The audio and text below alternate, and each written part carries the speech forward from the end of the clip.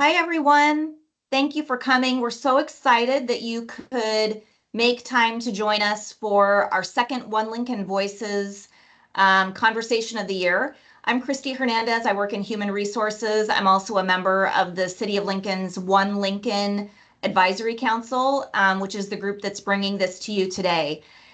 We have a lot of great information for you, and we have a couple of hosts here along with our guest speaker. So I'm going to go ahead and turn it over to them, and we will get the conversation started. Paul, do you want to kick it off? Sure. Thanks, Christy. My name is Paul Barnes. I use he, him pronouns, and I am the manager in the Long Range Planning Division. And joining me is Mia. Hi, I'm Mia Haschenberger. I use she, her pronouns. I'm a transportation planner and I'm in the Planning and Development Services Department. Before we start, I'd like to point out that we want this to be interactive, so please feel free to ask questions in the chat. We'll be monitoring the chat throughout. So welcome to this One Lincoln Voices Lunch and Learn event. For Pride Month, we're really excited to host Bailee Martin, community organizer with OutNebraska. Bailee will begin with an introduction, discuss the work of OutNebraska, and share perspectives on the experiences, challenges, and celebrations within the LGBTQ plus communities across Nebraska. Bailee, if you're ready, let's get started. Yeah, thank you for having me. And I just want to make sure everybody can see the presentation all right. Yep. Okay, great. So yeah, out Nebraska, we are kind of who are we, what do we do, and how do I get involved? So this is kind of going to be just a general overview of everything about us. Just to quickly introduce myself, I'm Bailee Martin, as was mentioned, she, they pronouns, and I'm the community organizer for Out Nebraska.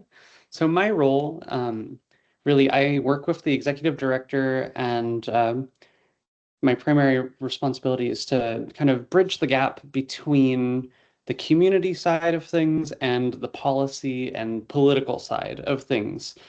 So I do a lot of work to help people get civically engaged, manage and grow our volunteer base as well as leadership among volunteers, and engage folks really where they're at in community. And that can look like anything from leading volunteer events to handing out resources to folks to kind of being a safe person to talk to for folks if they need that.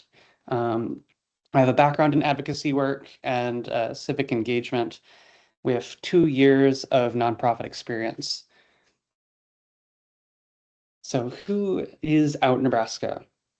So as I kind of mentioned, we're a nonprofit, but focused on improving the lives of LGBTQ plus Nebraskans through our 3 main pillars, which are advocacy, celebration, and education. And Out Nebraska is the largest LGBTQ plus organization statewide at the moment. So currently we have 4 staff members based in Lincoln and Omaha. AT, who's our interim executive director, Nia, who's our communications manager, myself, and then Tayden, who is our development manager. And each of us play a very important role in making sure we get everything on our day-to-day done. And given we are a very small team, there's a lot of challenges with that, especially for the capacity side of things. So at least for me, I really try my best to do as much as possible, which leads to sometimes needing to take a step back and be like, okay, what can we actually do with the 24 hours we have in the day? So that is definitely a challenge at times. Our board is Demi, who's our president, Alex, our vice president, and Courtney, who's the secretary of the board. And then we have a number of other board members at large: Andrew, Andy, Bridget, Dawn, Jane, JJ, Kendra, and Xander.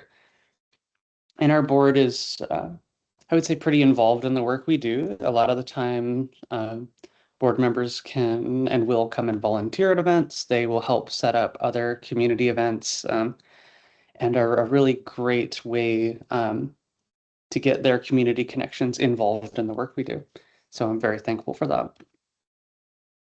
kind of going into our history at OutNebraska, we started as OutLink in 2010, goodness, as a volunteer-driven organization formed around discussions from a lot of local activists and advocates about what the needs and future of the LGBTQ plus community in Lincoln should look like. We were a founding member of the Nebraska Civic Engagement Table. And if you have not heard of the Civic Engagement Table, it is a separate nonprofit organization that works to kind of support and uplift other nonprofits. And being a member of the table is really awesome because we get a lot of wonderful resources, and it's really kind of in a way, a bit of a coalition of nonprofits that work together to really forward civic engagement and rights across Nebraska. And a lot of our process for that was really making sure that we had a space to encourage LGBTQ plus folks to participate in government, whether that's through policy making, getting involved in the legislature, or just simply going out and voting. And then we also established our first physical office space here in the Foundry in Lincoln. If you haven't heard of the Foundry, it's a nonprofit hub, kind of hosts a lot of nonprofits around the town, and it's a really wonderful, really wonderful place if you can come visit, because you will find all of the nonprofits under the sun here. And then OutLink hired our first staff member in 2019, who was our first executive director, Abby Swatsworth, and rebranded as OutNebraska.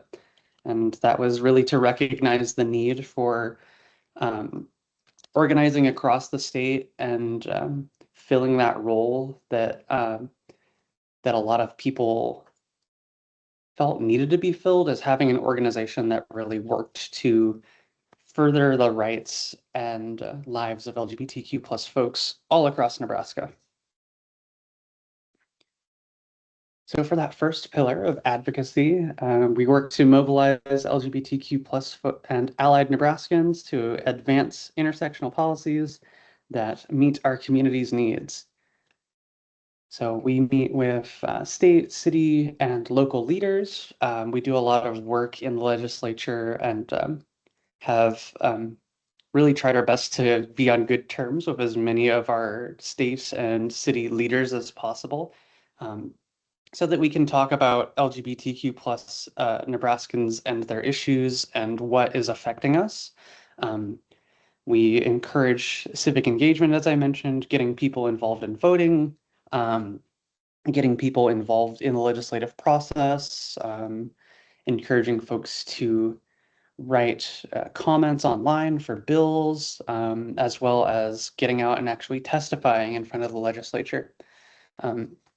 Is a really great win for us this year is that we managed to, through our legislative advocacy, managed to defeat all three of the big anti-trans bills that were put forward this year by Senator Kauf.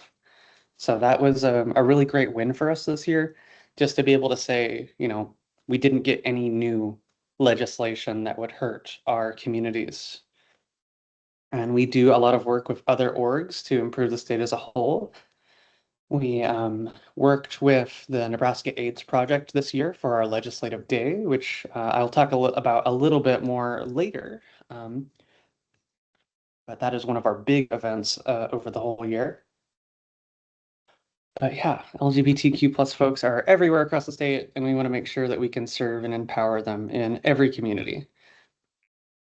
So yes, our legislative day is usually towards the kind of third quarter of the legislative session every year, where we host a kind of workshop for folks to come learn how to talk with their senators and representatives, as well as kind of formulate their thoughts, talk about what skills and resources they need to go and do things such as testify in front of the legislature, or even writing comments for bills.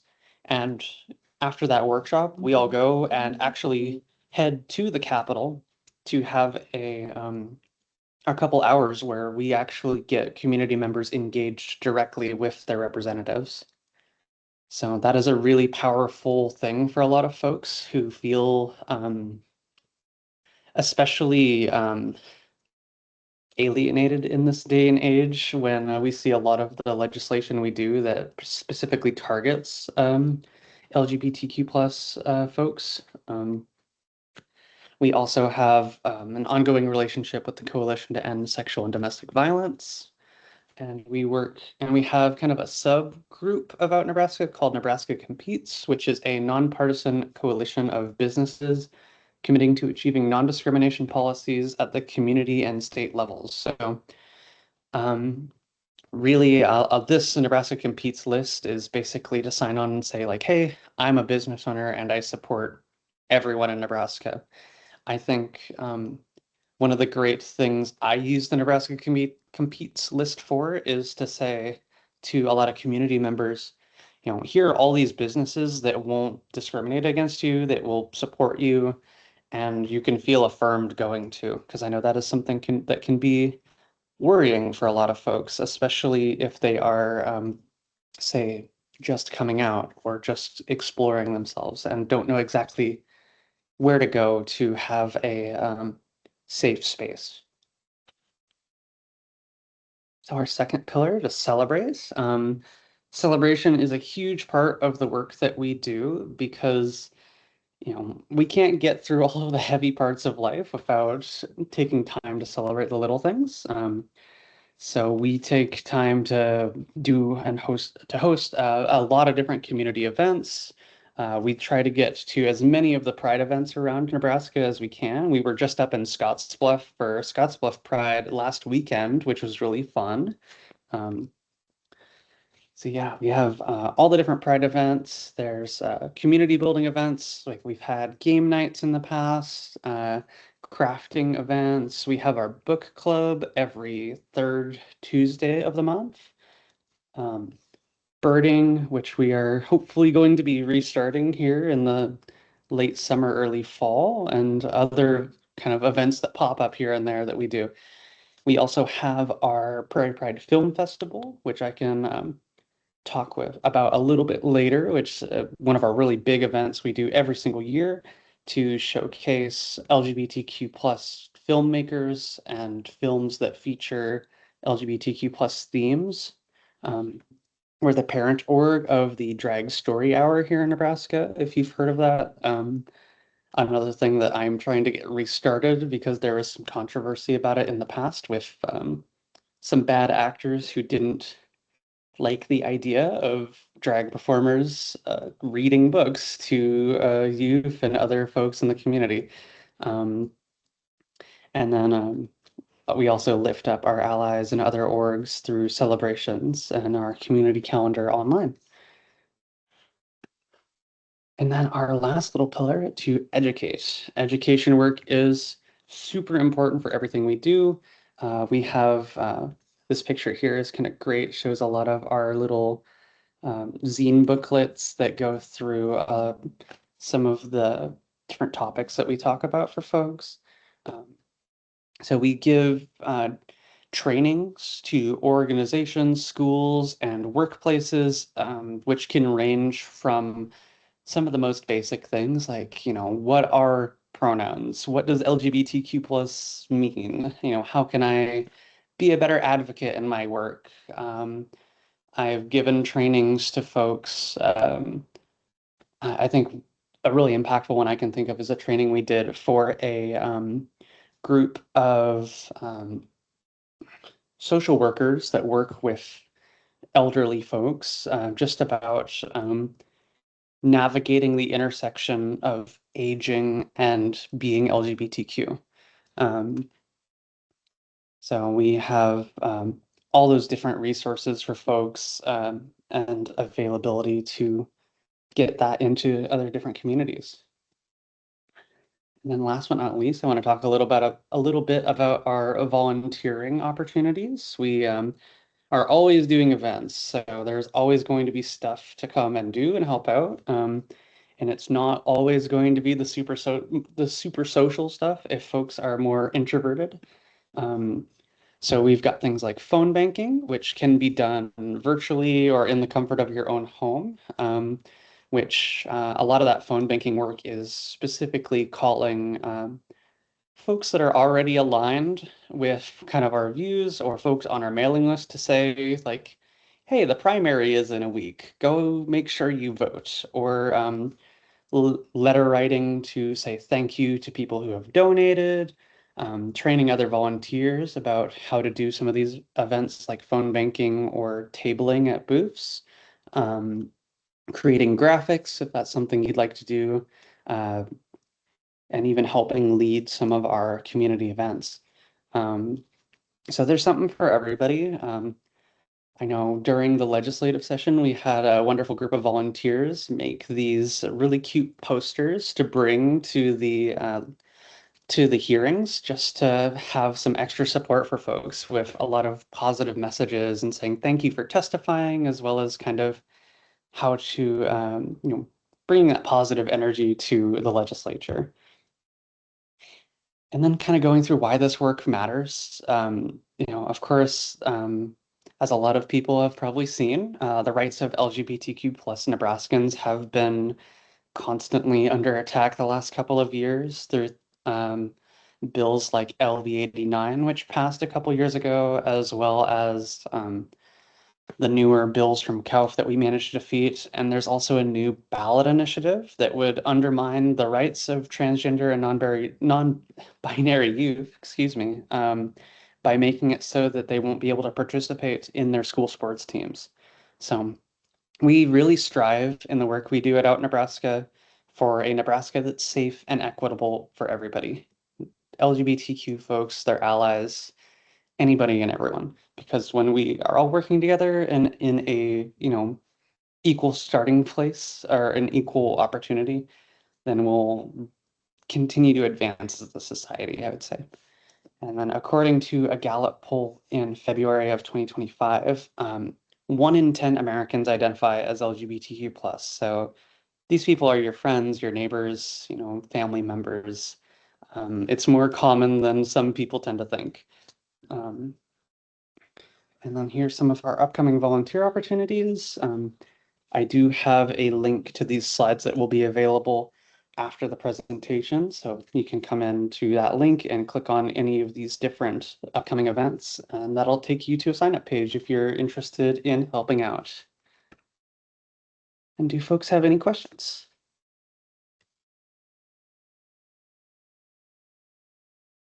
Thank you so much, Bailee. That was a great presentation. I can start us off with a question. Since you do work across the state, I'm wondering, are there different challenges that you come across in more rural or smaller communities than you do in Omaha or Lincoln, for example? Yeah, I think especially in more rural Nebraska, there is a distinct lack of resources. Of course, as a statewide org, we are based in Lincoln, which makes it hard for us to physically get out to places like the Panhandle or central, western Nebraska. So that is always a barrier, just the travel time. But in these more rural areas, there are definitely less opportunities for folks to get resources. There are some really great partner organizations we work with, such as Panhandle Equality, that based in Scottsbluff, that does a lot of great work for their communities out there. But they are, unlike out in Nebraska, a very small team that is only volunteer. So they don't have any staff members, which means that an organization like us with the capacity has to do our best to really support and prop up some of these smaller orgs, not to go in and do the work for them, but help support the work that they're already doing.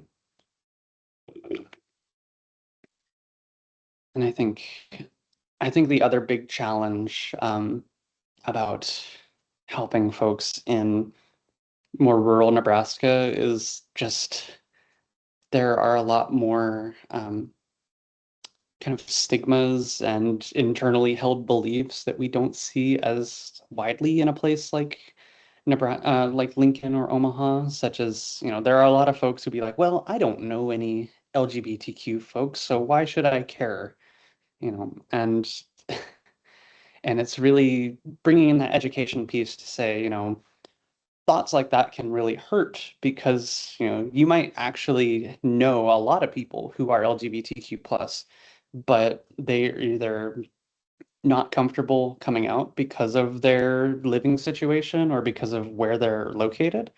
And it's kind of a helping people realize that LGBT folks are everywhere. And I see a question from Holly Thanks. about partnership with LPS. We don't have any specific partnerships with the Lincoln school system. I would love to get more involved with LPS, and I think in the past we have done some work with student groups as well as other like pride clubs as along in different areas. I know we do work with UNL's Spectrum group and have hosted events with them, and I have done some talks at UNL's pride groups. But that is definitely an area that I would love to expand a little more into because we don't have as many youth-centric resources. Bailee, I have a question here. And thank you for those answers. Those are great. So, some people may not know LGBTQ plus individuals and may be somewhat pensive or afraid of, approaching a person and having a conversation. But in my experience, I think if people approach with, good intent and curiosity, even when making mistakes, coming from that position, it's okay. Can we kind of talk a little bit about that? Yeah, and that is a huge thing that I have heard from so many folks about, I don't want to offend anybody or I don't want to come across as, not an ally. And I think it's very clear when someone is being hostile compared to when someone is being inquisitive. Um, going up and asking like, "Hey, I don't know what your pronouns mean. Can you explain them to me?" is, I think, 9 times out of 10, and that 10th time, that person just might not be in a great mood. Um, 9 times out of 10, for sure, people will be like happy to sit down and explain that. I have had tons of folks come up to me and specifically ask, like, hey, how does coming out work? How does your identity work? Maybe not always phrased in the best ways, but the intention is there, and that's the most important thing. Just that open-mindedness and willingness to learn. So I think if you lead with that, then you'll be fine. And if you try your best, even if you make mistakes, then you won't have too many issues. Thank you, Bailee. I have another question. You mentioned some bills that you defeated, and by the way, congratulations on all your hard work. Could you talk a little bit about what went into that? How did you accomplish that? What work went on behind the scenes? Yeah, so with the different bills, goodness, it's been a couple months, so I'm trying to remember all the specifics. I think the big bill that we were worried most about was LB 30 or LB 130, I think. Maybe it was LB 730, goodness. The numbers are getting mixed up in my head.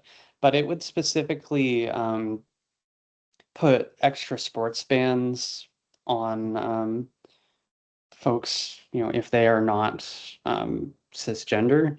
And it would just make it so it would be harder for folks to participate in sports, similar to the ballot initiative we're seeing now. And I think the big thing was getting a lot of community support tapping into the resources we have in our community to get people to come out and actually testify in front of the legislature, put comments online. We even had a senator who is typically more conservative leaning actually side with us on the bill because we were able to relate to the fact that they have a LGBTQ plus family member and saying like, hey, you don't want your, I think it was granddaughter to not be able to play sports, right? This would really hurt them, and just kind of making those personal connections and showing that we're all humans too, and we don't need legislature to kind of police some of these silly things that folks think need policed. So I think that's a big part of it, is just the community connections.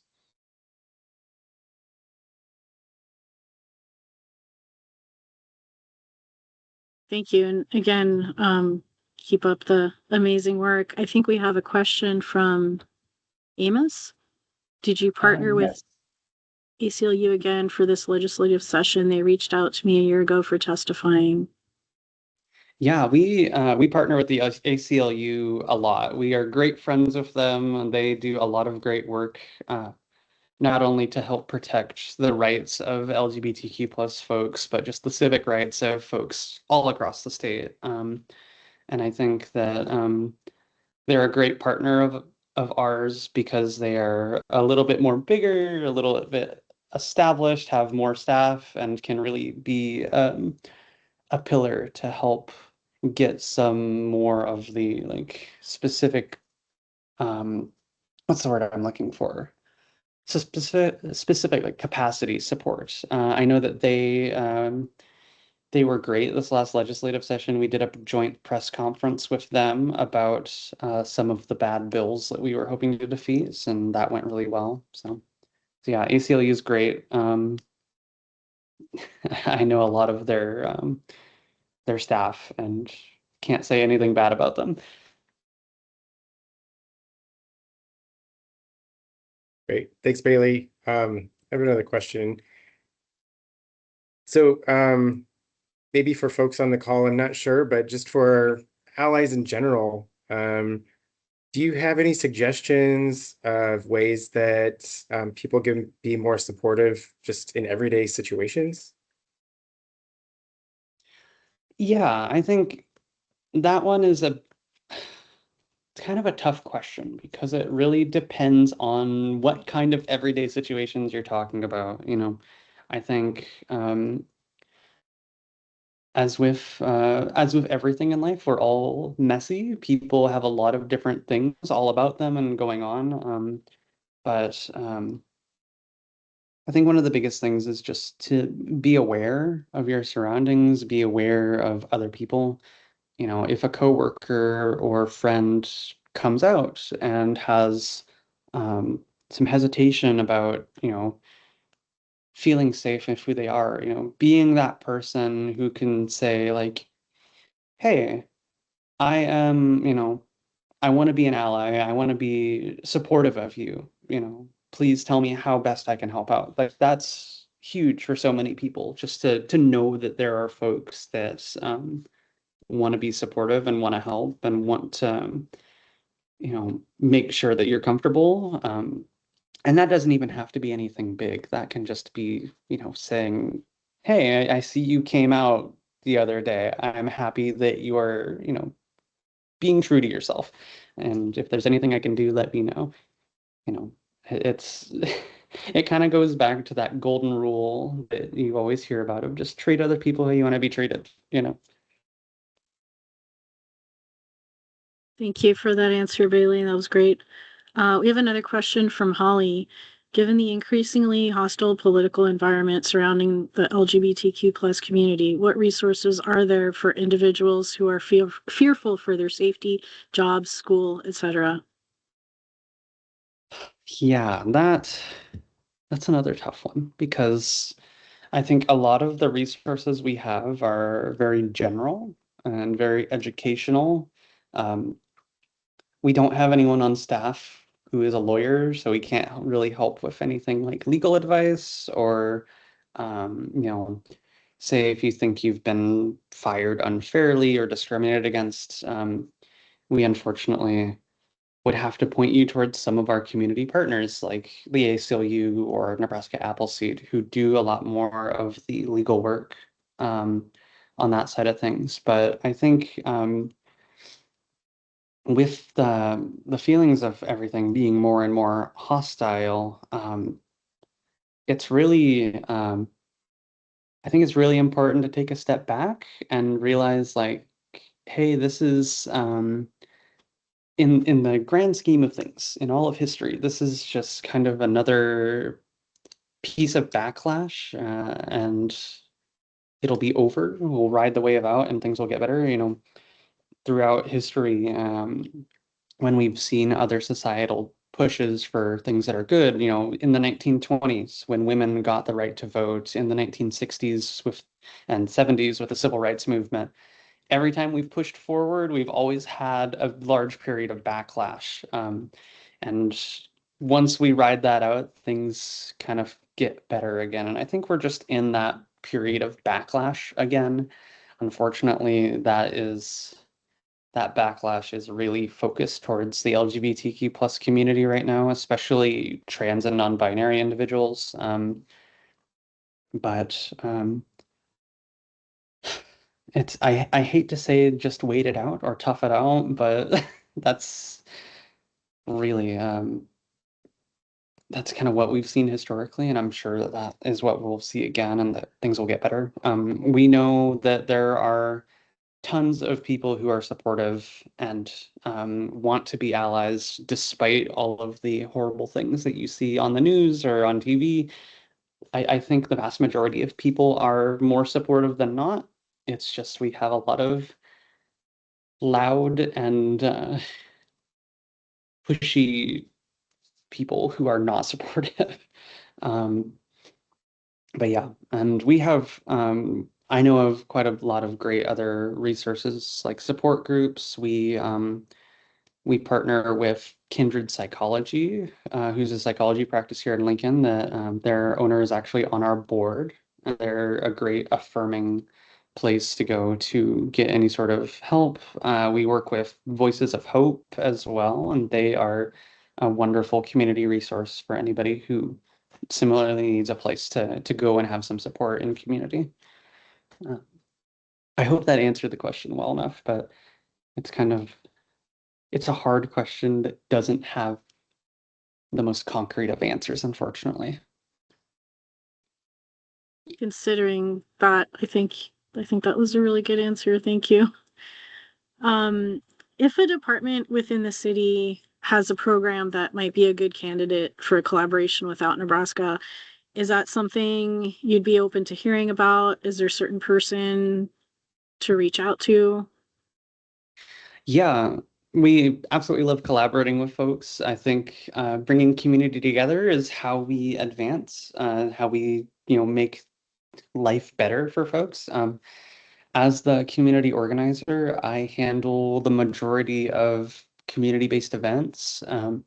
If it's something more like a fundraiser or something that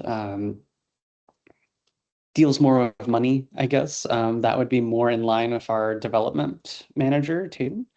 Um, but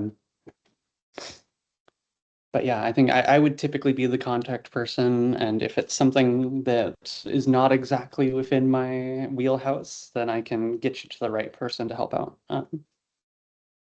And then if it's an individual employee, let's say, that is interested in getting more involved, can they also reach out to you and then you can direct them to who needs what, basically? Yeah, for sure. I am happy to help individuals if you need resources, if you want to get involved, if you just have questions and want to know more. And I totally get it. This is a video call over the internet. If you are a little wary of your questions or a little shy, I'm happy to answer questions one-on-one via email. So don't be afraid to do that. And Thanks. and And like we I have said earlier, Go ahead. Sorry, I finish was what gonna you were say, going like to I say. said earlier, as long as you come at it with good intentions, I won't be offended by any question. I've had some very blunt questions in my time, so I'm used to it. Appreciate that. I wanted to share a comment from Holly. Yes, thank you, Bailee. Your response was great. My oldest kiddo, who is non-binary, they, them pronouns, and lives in LA, is a contract worker with the state of California working with unhoused youth in the LGBTQ plus community. They're always looking for collaborating with not only agencies in California, but looking to see how they can help here in Nebraska. So your response was appreciated. Yeah, and I would, and if that's something that I know California's a bit far away from Nebraska, but if there's something to help collaborate on, I know that housing is definitely an issue for LGBTQ plus folks all across the United States. I'm going to say it's anecdotal because I can't quote the study itself off my memory, but I know that some studies have shown that that being unhoused, there's a higher percentage of unhoused LGBTQ plus folks compared to folks who are unhoused across other uh, kind of social stratum. To Autumn's question, yes, we'll be at Pride this year in Lincoln. I know this is it's kind of a Lincoln focused group, so yes, we will be there. We'll be at both the Pride celebration at Woods Park tabling, and we will also be at the parade. I unfortunately can only make it to the tabling because I have to be in Aurora for Aurora Pride the day of the parade, but you'll be able to meet with us and come chat and get some of our resources if you need. We also have swag too, so if you want buttons or pins or like keychains that we have, please feel free to come and grab them and say hi. And it looks like Christy put a link to the presentation in the chat for anybody who wants to look at it again. Thanks, Christy. Yeah, and we're always looking for volunteers, so if those volunteer opportunities seem fun or interesting to folks, I would love to have people show up. Thanks, Bailee. I think this is just a lot of good information. I really appreciate the interaction with all the attendees as well. And I also want to plug that One Lincoln is going to have a float in the parade. So hopefully folks are interested and can participate with that as well. But I do have another question here. I'm just wondering, Bailee, if there's any issues or concerns within the LGBTQ plus community that you feel maybe don't get enough attention, maybe need to be brought up in conversation, and just maybe picking your brain a little bit about what you think something like that might look like. Yeah, I think that's a very unique question. I haven't heard a question like that before. But I think let me think on that for a second. That's a little hard one, a little hard to Yeah, answer. I know we But talk about why this work is important in the statistics that you mentioned. So in my personal experience, I think mental health is a well-connected component and an important piece of all of this work. And so I don't know if maybe mental health is at the forefront of or maybe not at the forefront of conversations, but it's definitely an important piece to all this work. yeah, for sure. I think mental health is especially challenging for a lot of folks, especially when there are a lot of LGBTQ plus folks that don't get support either because of the views of their family or as Kayla said in the chat, people who need to, flee their home state because of prejudice. And to kind of answer two birds with one stone here, there are some really great social supports here in Nebraska. I know of quite a few different social support groups and groups that meet, like Chameleons, which is a support group that is LGBTQ plus focused in Omaha. There's a wonderful community center called Omaha for Us that is LGBTQ plus focused and is a great space for people to be safe and affirmed in community. I think